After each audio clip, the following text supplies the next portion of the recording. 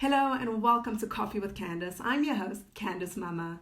As usual, I'm incredibly excited for the guest I'm about to bring you guys. His name is Kendell Geers and he is an international contemporary artist. His life story is so incredibly fascinating, but how I connected with Kendell is actually through his activism.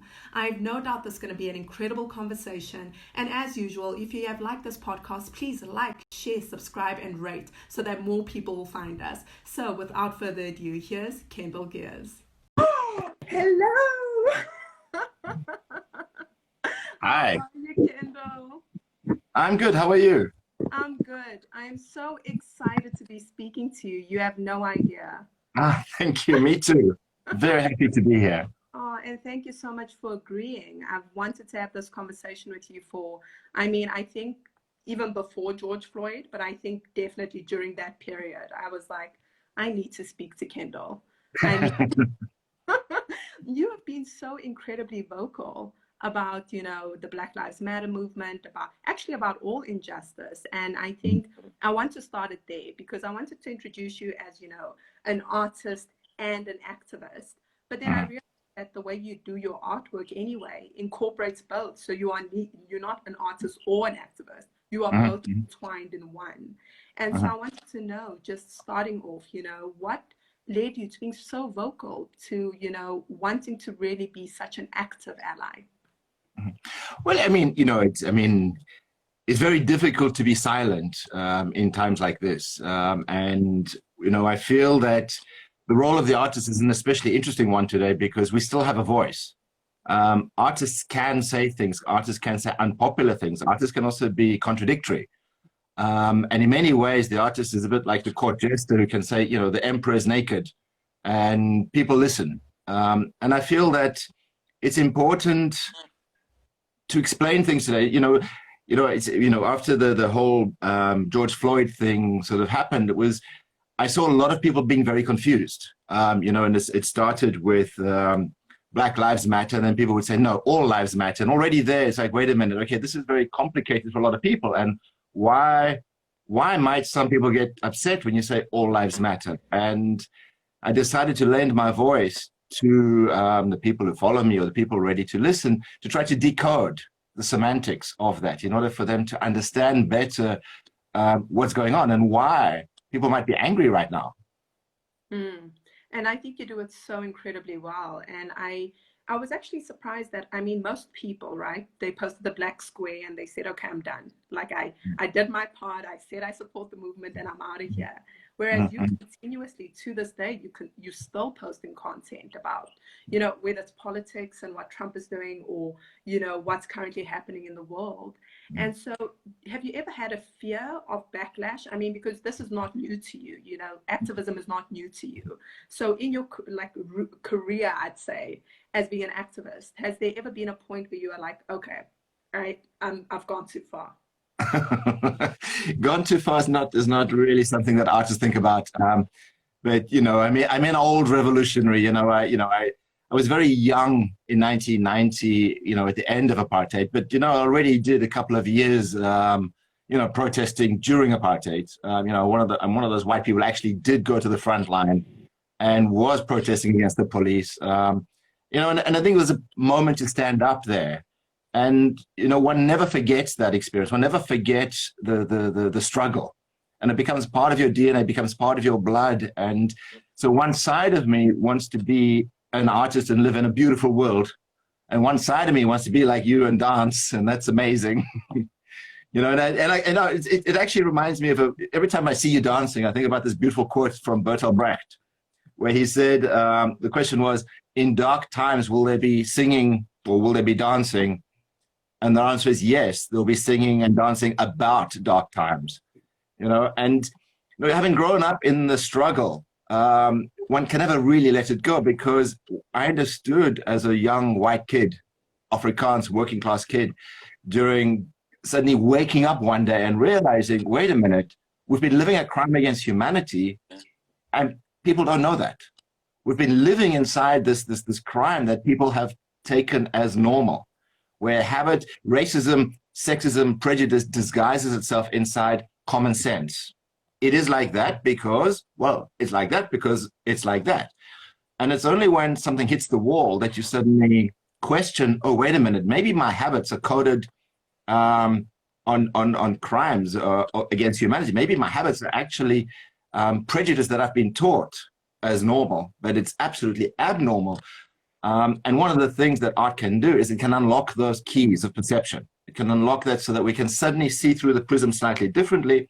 And you realize, but wait a minute, why might people take offense when you say all lives matter? And how might that be misread as racism?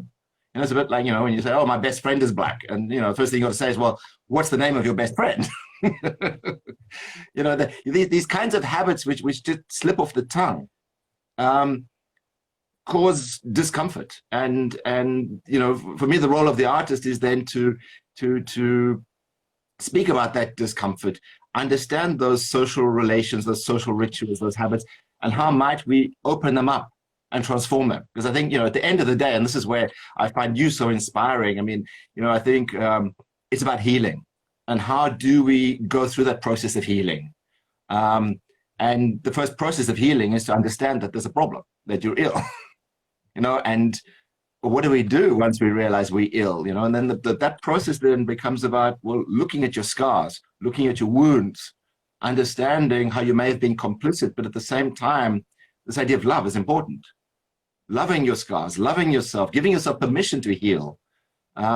And that's how we move forward. And that's, you know, and so, you know, it's yes, I mean, you know, I think what happened with Floyd was important, and it started this international momentum, which is just extraordinary. I mean, the world has never seen such a momentum, and that's just beautiful and amazing. And indeed, Black Lives Matter. But right now, what I'm trying to also feed into that discussion is something that feels really, really, really close to my heart as a South African man, is I'm ashamed to be a man. I'm ashamed to be a South African man. You know, the sex crimes, the gender-based violence in South Africa, it just makes me want to cry. Throws me into rage. And so on the back of the Black Lives Matter, it's like, okay, let's talk about what's happening to women in South Africa. Let's actually start to address that problem. Mm. And I think, you know, touching on what's happening with the femicide in South Africa, I mean, South Africa has got a reputation. I think the leading in rape statistics, I think, around the world, right? We've got the highest statistics of gender-based violence, of rape. And it's interesting to me sometimes to observe the culture as a South African woman as well, and just looking at it and thinking, you know, there's so many men who are, I'm not saying all of them, but there are some who can almost justify gender-based violence, but cannot comprehend Black lives, like, you know, the idea that Black lives don't matter.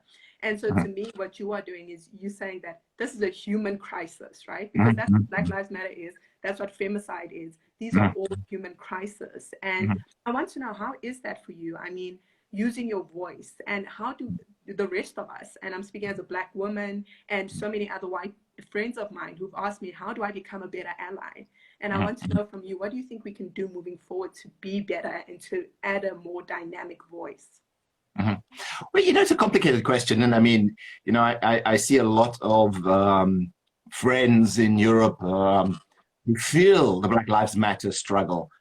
So they post a black square, and then every time you turn on Instagram, you see them posting images of Black people dancing. You see them basically essentially doing what I would call blackface, where they're not actually understanding that this doesn't change anything for them to be taking up somebody else's struggle. And what I want to say to those people is, how are you complicit? How are you actually manufacturing the prejudice through your habits? And when a white person posts a video of a Black person dancing, you're not actually changing anything, because you're not taking responsibility for the power that's implicit in the privilege, your white privilege, your male privilege, and how the inequality of social relations have constructed the prejudice. And, you know, and again, it goes back to my experiences as an anti-apartheid activist. For me, it was always complicated because I was not living in the townships. I was obviously not a Black person. So it felt insincere for me to pretend I knew that experience. I could not speak, because if you speak on behalf of somebody, you're saying that that person doesn't have a voice. If a white person is saying what the black experience is, you're implicitly saying the black person can't speak for themselves, and you are installing yourself as the voice. Now, the right to speak is a very powerful right. And so during apartheid, I thought my most sincere way of participating in the anti-apartheid struggle would be to speak for myself. And how would I be able to participate in that struggle? And it was in that specific moment through the military. Army was compulsory, and white men were conscripted into the military, and white men were holding the guns that was maintaining the regime. So by destabilizing the military, I was speaking as a white person about how white people were colluding with the hierarchy, with the structure, in order to make the police and the army function. So if I could destabilize the army, then I was participating in the anti-apartheid struggle, but speaking from my experiences as a white person.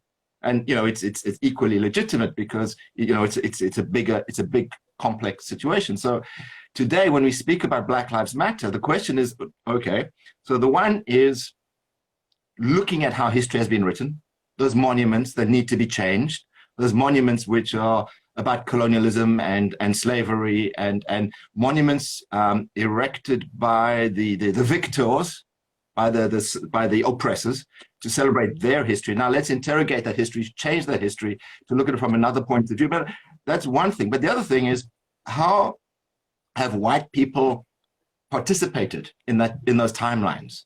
How have we created habits where we wake up in the morning and we simply imagine, well, our habit gives us the freedom to speak for ourselves, and therefore we assume the whole world wants to think and speak the way we think and speak, which is if you're born in a different place, in a different context, you're going to have different needs. You're going to have a different voice. You're going to want to say something differently. And in the history of Africa, the best example is how Europeans invaded the African continent because they believed African people were savage, so they needed to teach them how to read and write. And in the process, they went in and they introduced the written word. But what they did in that moment was they literally burned the oral tradition. They were decimating libraries. Ancient archives were being destroyed by the goodwill of reading and writing, because at that moment, nobody wrote down those oral traditions. Nobody wrote down those stories, so they were lost. They were lost in time. And the example I always give is, when people think about it, is the mobile phone. Before mobile phones, we used to remember everybody's phone number. As soon as you have a mobile phone, you can't remember anybody's number because it's written down, so we forget. And there may have been a goodwill in teaching people how to read and write, but actually it was built on a hierarchical structure that disempowered the very people who were being spoken on behalf of. So that's, to go back to the question. I mean, Black Lives Matter is a complex, hugely historical question which goes back centuries into colonialism, into slavery, and how do we exorcise that pain, that suffering, those histories? And colonialism is not slavery; that is slightly different. Slavery was people had their bodies taken to the Americas. Colonialism had the entire country taken over by the Europeans. It wasn't just the body; it was the whole country. Jeez. You've touched on so many things that I want to dissect, but first I actually want to go back in your own life and in your own history. Mm-hmm. And one thing I found incredibly fascinating when I was researching you was the fact that you decided to actually change not only your name and identity, but your date of birth as well. Mm-hmm. And I found that so incredible, because I think identity, all of us are so married to who we are and how the world perceives us, or the name we are called. And so I wanted to know, what triggered that? What was it within you at that young age that said, I want to change this? You identified it called something else. Well, I guess it's that experience growing up in apartheid where you trust everybody. You're a kid. You're born into the world. You trust your teacher. You trust your parents. You trust your church. You trust the police. Basically, you trust everybody because that's what kids do. And I just happened to ask the wrong questions, and at some point I was being punished for my questions. And my family or my teachers were like, you're not allowed to ask that question. And I just have a personality which is, why can't I ask the question? And the punishment wasn't fitting the crime. So at some point you start to, it all falls apart. And when you dissect that, when you start to understand how what you're being taught is predetermined, pre-coded.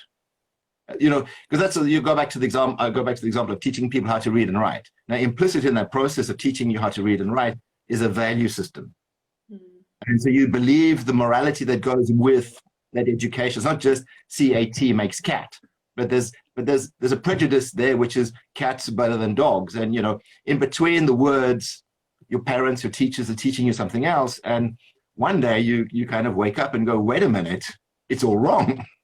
It's, you've been teaching me a crime against humanity, and it's wrong, and we can't do that. And the church is not, I was taught, that God had chosen Afrikaans people, and it's like, no, God didn't choose Afrikaans people at the Battle of Blood River. That's a cultural lie, and when that lie falls apart, then it all falls apart, and then you start to try to recode and understand, how have I been taught to be a racist? How have I been taught to be a misogynist? And how might I unlearn that process? How might I literally give birth to myself? So naming is the first thing, because the right to speak, there's this incredible protest in 1968 in Memphis, where you have black men walking down the road having a placard, and the placard says, I am a man. It's that simple. I'm a man. Thousands of black men saying, I'm a man. And what they were protesting is something we saw in South Africa, which it still exists in South Africa, where black men are called boys. Now, it's a prejudice. When you call a black man, an adult black man, a boy, you're saying he's not old enough, he's not important enough, he's not my equal, because there's this paternalism at play. I am speaking on behalf of the boy, because I'm a man and he's a boy, and I tell him what he thinks. So the protest in 1968 was, I'm a man. I can speak for myself. I can decide what my own identity is. And in thinking about that, I then started to think about, okay, so the name you have, the name you call yourself, comes from your parents. Is that you, or is that something that's been predetermined? And are you slotting into somebody else's desire, somebody else's fear, somebody else's fantasy? And sometimes that's okay, because you have good parents. But if you question your parents, why not give birth to yourself? And in the process of giving birth to yourself, you give yourself a name. Who am I? What do I want to be? And then I decided, okay, well, why stop there? I mean, if I decided to give myself a name, why not give myself a date of birth as well? And I chose a very significant date, which is May 1968, which is not unlike what's happening right now. It was the last moment when the whole planet was protesting. It was the final utopian protest where people were out on the streets thinking they could change the world into a better place. So it's that way of like, okay, take responsibility for yourself. It's powerful. It's incredibly powerful. And did you have, was Kendell just a name that you really liked and resonated with? How did you choose your name? It's complex. It's a complex story, because it's my family name, my father's name, my grandfather's name, my ancestral name is Jacobus Hermanus Pieter Geers, and I would have been called Koos. My mother wanted to call me Kendell, so it was a way of also, and it's a broken family, and my mother left when I was very young. I eventually reunited with her, but I ran away from my father when I was 15. And it was also this process of, even at an early age, respecting the powerful woman, and really wanting to connect more with the matriarchal or the maternal side than the patriarchal side, and the way of, trying to respect my mother's choice, or what my mother's desire, as opposed to my father's fear. Wow.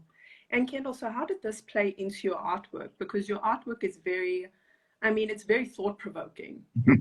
So how does this experience translate into the work you produce? Well, okay, it's a funny story. at school, I threw myself into maths and science, and my dream was to become a quantum physicist. I mean, in those days we called it nuclear engineering, but my dream was higher mathematics, abstract mathematics, and I had absolutely no clue what art was. There was no art in my family, and at the end of high school, in matric, it was very clear to me that I was not going to go to the military. I refused to go to the army. I had made that decision. And the only way to not go to the army was to study further. So I thought, well, I'll just go to Wits University and get a degree and continue studying and defer the army. And what happened was they took the application form, and the Wits University said you have to put two choices. If you didn't put the second choice, the first one is cancelled. And I was enraged by that because I was a very young, very angry punk.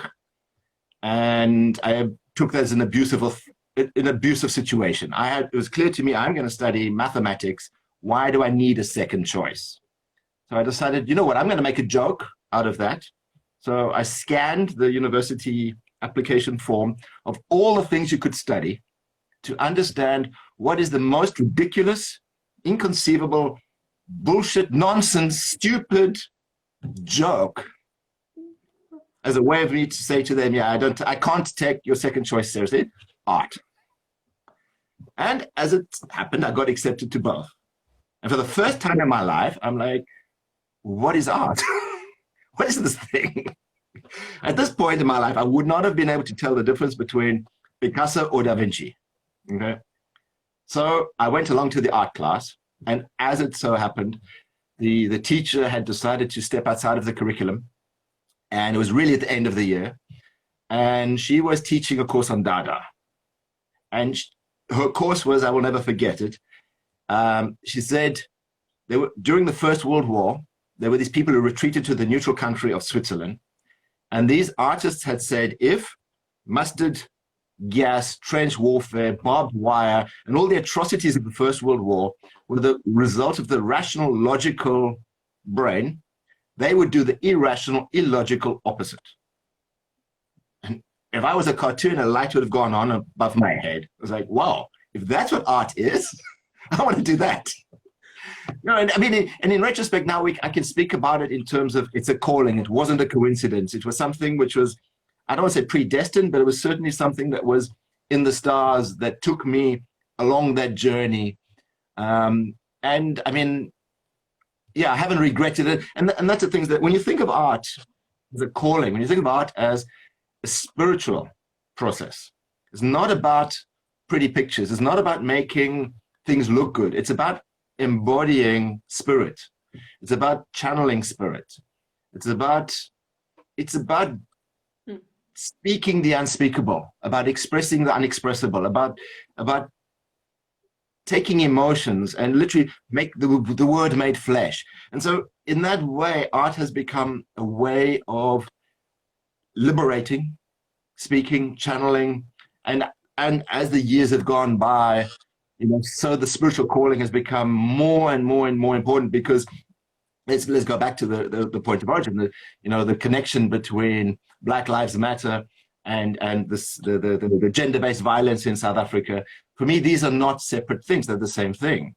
And I want to add into that the COVID as well, because the COVID virus is also about human beings having, we're not the hosts of the planet.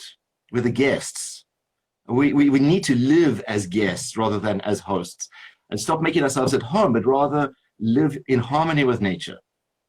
I keep thinking about this beautiful irony, contradiction, reality, that the most poached animal in Africa, the most poached animal in the world is the pangolin, and it's the pangolin that gave us the COVID. I mean, this is not a coincidence.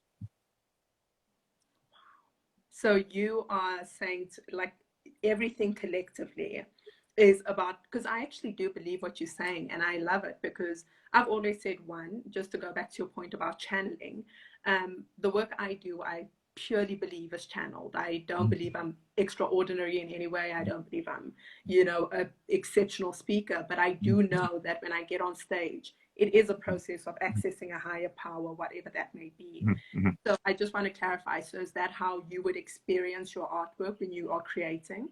Mm-hmm. Absolutely. I mean, the thing is, for me, was really clear, and I can speak about, when I give talks on stage, it's not me.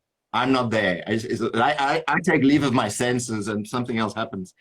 But when I'm in the studio, it's almost, my process is like I have to screw the top of my head off, open my mind, and something comes through.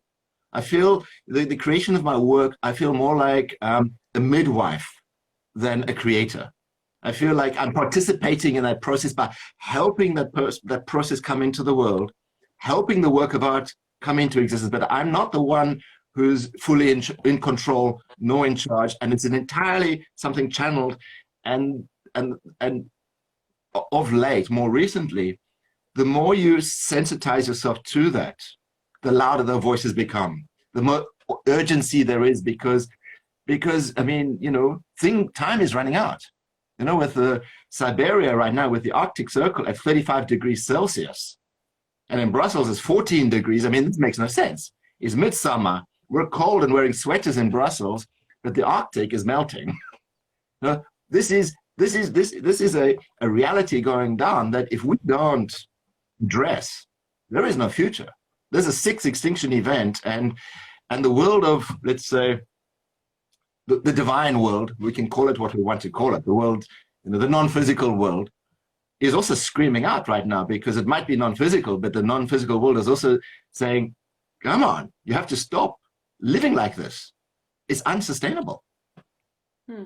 Living as hosts. I actually really love that statement. I think if more of us were conscious of how we live, firstly, I think it would eradicate so much, right? Because as soon as you become much more conscious about yourself and your environment, you become more respectful. And I think it comes back to what you said a little earlier about healing. If we heal ourselves, we are less destructive. Because only destructive people who want to ruin, and I mean, look at who's ruling the world, and the US, we won't name names. But yeah, Kendell, I love that process that you've just explained of how you create. And I mean, I came across so many articles that refer to you as a political artist. And I want to get your point of view on that. What does that term mean to you? Well, I mean, okay, I don't know what that means, political. And I have problems calling myself a political artist, simply because I'm deeply suspicious of the way power constructs itself and how power masks itself in our daily routines and practices. And if artists who call themselves political, I find their work quite empty, in the sense that if I'm announcing to you what I think, that makes me think that it presupposes that I think I'm better than you. It creates this idea that, wait a minute, I've got it all figured out. I know what I'm doing, and you don't, and let me tell you what to think. And like that, actually, nothing changes, because the viewer, the audience, then has a choice, agree or disagree, but nothing changes. So it's either you're either preaching to the converted, or you're making people angry, but everybody stays essentially where they were. I'm much more interested in another space, which is the space of contradiction, and the space where the work of art is generous. It invites you into a context, be it an image, be it an installation, a sculpture, an experience, essentially. And the ambiguity, the contradiction, the complexity of that experience is not one that is simplified or binary or in any way reductive, but rather it's an open-ended. And what happens is that a chaos or a confusion is operating, a political and an amoral zone where you have to, instead of me telling you what I think, you have to answer the question, what do you think? It shifts it around so that you're in a situation where, wait a minute, I'm feeling insecure, I'm feeling nervous, I don't know what to think, what's going on here? And then you're going to make a decision for yourself. And in that process, you change, you transform. And let's think about it like this. one of the things about art is that, yes, it's a very rarefied language. Yes, art is an elitist language. It is a language which is not, my audience is not a mass popular audience. I'm not speaking to stadiums full of people. I don't have hundreds of thousands of followers on Instagram. But the thing is, the people who go to art galleries are the people who are in positions of power. So the people who collect art are people who have money. They are, I've met presidents and kings and queens and the richest people in the world through my work. Now, those people, if you change their perception, if you can shift the way they understand reality, if you can install a consciousness in their process, you change the lives of millions of people. So you have it's a domino situation where, let's say some captain of industry comes in and suddenly has a consciousness about political relations, labor relations, and goes, wait a minute, the way I run my factories is wrong. You change the lives of people. And art then becomes a very vital space where you can have that kind of discussion, where you can literally, I say art changes the world one perception at a time. And that's, that's my craft, is perception. Oh, perception. And that is so potent in what you do, because I went through some of your sculptures and some of the pieces you did. And I think one thing that also stood out to me was you play with words a lot. Mm-hmm. And I wanted to know, like, when did this fascination with wording come to be? Because I find it fascinating as well, because when I read it, immediately my mind goes into overdrive. Like, what am I supposed to be feeling right now?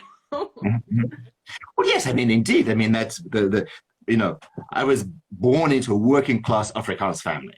Okay, so, and then my father thought, well, okay, maybe if I send him to an English school, it'll give him an advantage in life, but at the same time, it was an Afrikaans value system. And it was really a mix between English and Afrikaans. And then when I got to university, people would mock me because I had an Afrikaans accent, because I spoke, from an East Rand accent, and people were laughing, but I became aware of, and once I ran away from home, I needed to interrogate, how do people become racist? How does it work? And I understood that it's written into our language. It's written into how this ability to speak or not speak empowers or disempowers. So what happens if I then take language as the basis of what I create? And so language can exist in many forms. Language can be the words we speak, but language can also be every habit. The clothes we wear ultimately is a language. We all wear these kinds of clothes because, well, that's the language of contemporary fashion or contemporary experience. And so then the best way to shift language is literally like a virus, where you create the destabilization of language in order to make people more aware of the fragility of their perception, the fragility of, so the word believe. I love the fact that the middle of the word believe is the word lie. So you have the word lie and the word believe at the same time. And how much of what we believe is a lie? And then you take the word scared and you flip the A and the C and you get the word sacred. Now, did we take our fears to construct our faith, or did we use our faith to construct our fears? And you end up in the snake eating its tail, but sacred and scared is essentially the same word. And then how we then circumnavigate our experience around fear and desire, and then replicating the world using words in order to justify, explain, and then there's a third word. There's the sacred, scared, and then scarred. And that's also, for me, that becomes interesting, because our scars are about our healing. So again, to go back to this question about how do we change things, and you spoke earlier about consciousness of self. Now, this is the root of where the transformation takes place, is when we look in the mirror, who do we see? Who are we? Are we ourselves, or are we the fears, fantasies, and desires of our parents? Are we projecting the people around us, trying to embody their desires, or are we speaking for ourselves? Now, the basis of our contemporary experience, whether it be racism or whether it be misogyny, is self-loathing. When we look in the mirror, we don't like our skin. We're either too light or too dark. we're either too short or too thin, or too fat or too tall. We essentially are taught everything that we are is bad. The way we smell. We all have to smell like the same perfume. We all have to smell like the same toothpaste. We all have to have the same hairstyles. We all have to fit into a mediated language, because if we hate ourselves, we're going to buy the products. Now, if we hate ourselves and we don't trust our own smell, how are we going to respect the person next to us? How are we going to respect the animals? How are we going to respect the world we're living in if we don't respect our own bodies? Oof. I think that is so much food for thought, because so many of us don't look at it that way, right? We think, and it's always minor adjustments. I don't think any of us really go out and say, I don't like my skin tone. I don't. It's always like, oh, I could be a little lighter. I could smell a little different. And so it's these micro, things that we dislike about ourselves that does end up creating these resentments when you can't look like Kim Kardashian and you're like, but what am I doing wrong?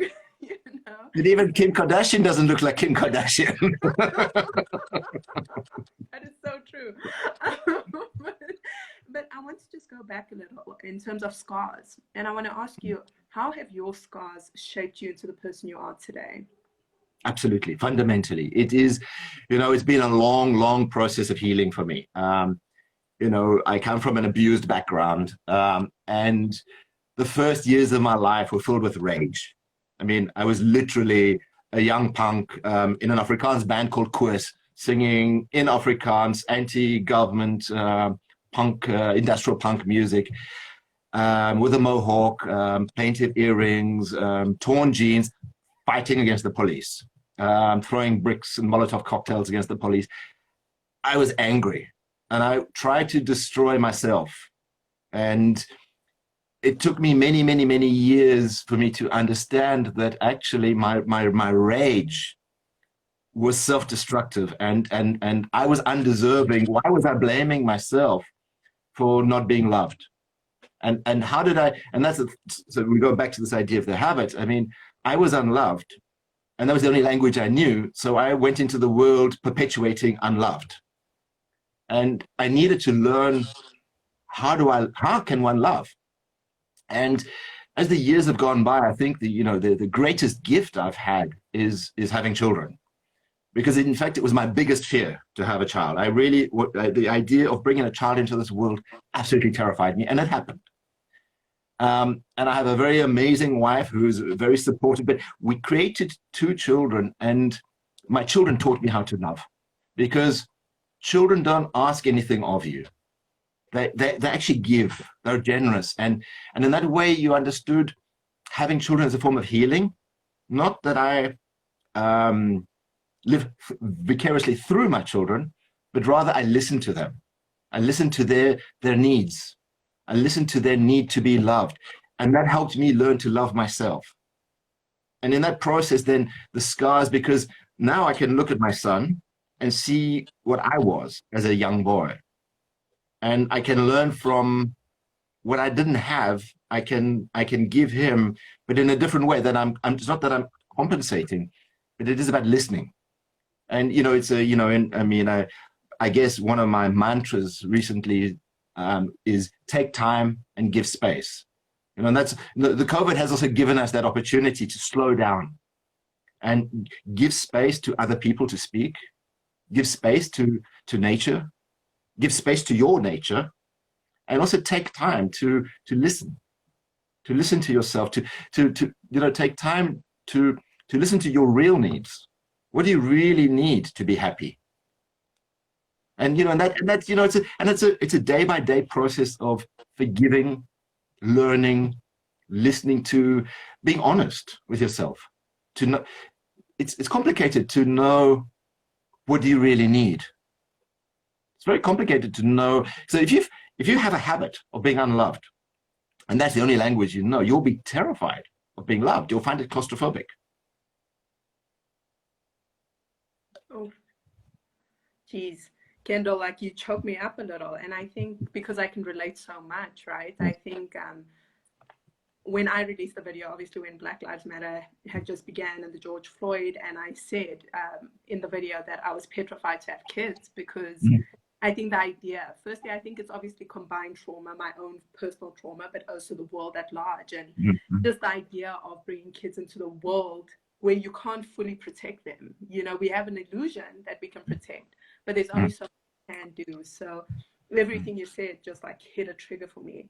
And I want to know, you know, the art you created prior to your healing versus the art you're creating now that you have kids and your wife, have you seen a significant difference in it? Yes, and certainly I turn now really to the environment, in ecology, climate change, because I think this is really today our biggest priority, because for this there's a deadline and there's no going back. If we don't pull back the global temperatures of the planet, if we don't find a way to live in harmony with the planet, there's not going to be the planet will be fine, but there will be our children and grandchildren, you know, I don't even know if it'll be within our lifetime or not, but basically we will cross a threshold of no return. So of course I feel a deep need to address that, and I call my last book is called Animistic Activist, which brings together all the various things that I'm interested in. So the animist part of me is about listening to the nature, listening to the spirits of the trees, the spirits of fossil fuel. Fossil fuel also has rights, you know. Listening to the spirit of the inanimate objects, but actually there's an intelligence operating there.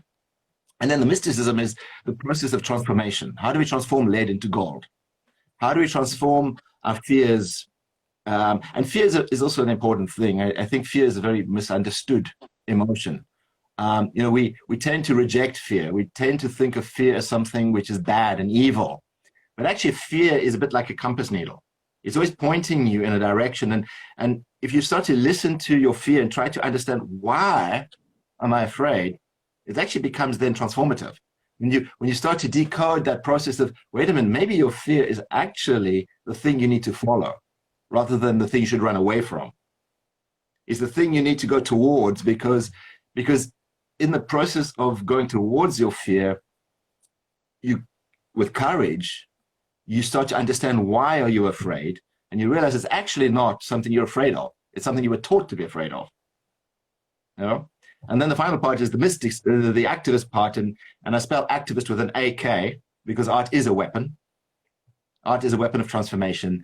And the activism then is about, it's, Black Lives Matter, misogyny, COVID, climate change. It's all connected to the same thing. We have been deracinated. We've lost our connection to the earth. We've lost our connection to our bodies. We've lost our connection to community. We've lost our connection to the world we're living in. And for that reason, we disrespect ourselves, so we disrespect the planet. But it's all the same problem. It's not different problems. It's one singular problem, which is learn to love yourself. And yes, over the years, it has changed. In the beginning, perhaps to answer the question, sorry, I got distracted. I guess in the beginning, my language is very much about power relations in an old school logic of the Cold War, capitalists versus communists. And apartheid ends in 1990, the Cold War ends in 1990, and then we see the corporations really taking over the planet. And that's a different language. So one has to have a different way of addressing these issues than in the old school. Sometimes I miss the old days where it was very simple. Good and evil was very, very easy to see. The good guys, bad guys was very, very, very easy. Today is much more complicated to know who's good and who's bad.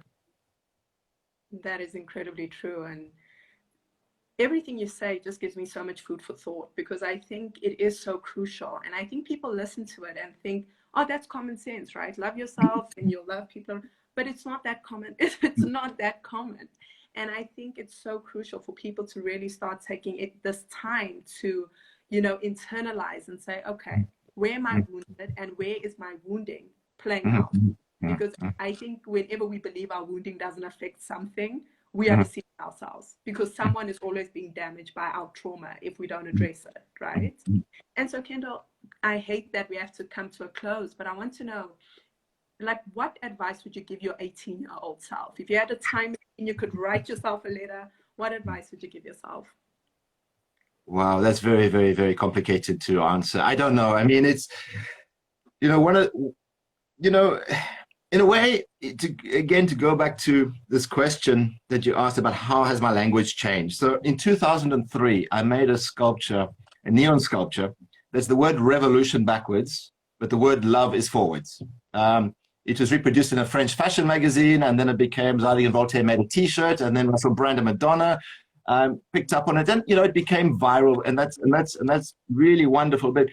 And in a way, the idea that love and revolution is the same word is important. And the first part of my life was thinking about revolution in terms of social movements, political movements. And the work marks time in my life because 2003 was just before I had children. And I was in Italy, and it's a sculpture in Tuscany that I made. And I was on this wine farm, and I understood as well that the revolution of time is important. The revolution of the seasons is important, and that you can't have wine, you can't have food without the changing of time. And the process of loving oneself is also being able to accept things about you. When I say love yourself, this is incredibly complicated. This is not the ego. This is not Donald Trump. Oh, I'm great. I'm the most important person in the world. I'm the smartest. No, that's ego. That's not love. Love is something which is challenging, transformative, demanding. It's hugely demanding, and that it's a constant revolution, a constant way of reinventing the revolution, the cycle. And so I guess the only advice to my young self would be keep learning from your mistakes. And remember that every mistake is just something that needs to be healed, something that needs to go on. Because if we don't make that mistake, we're not going to get to the next mistake, and then we won't end up here. So don't judge yourself by your mistakes. Kendell, this has been a conversation that I knew was going to be incredible, and I knew it was going to, allow me to grow, allow me to think.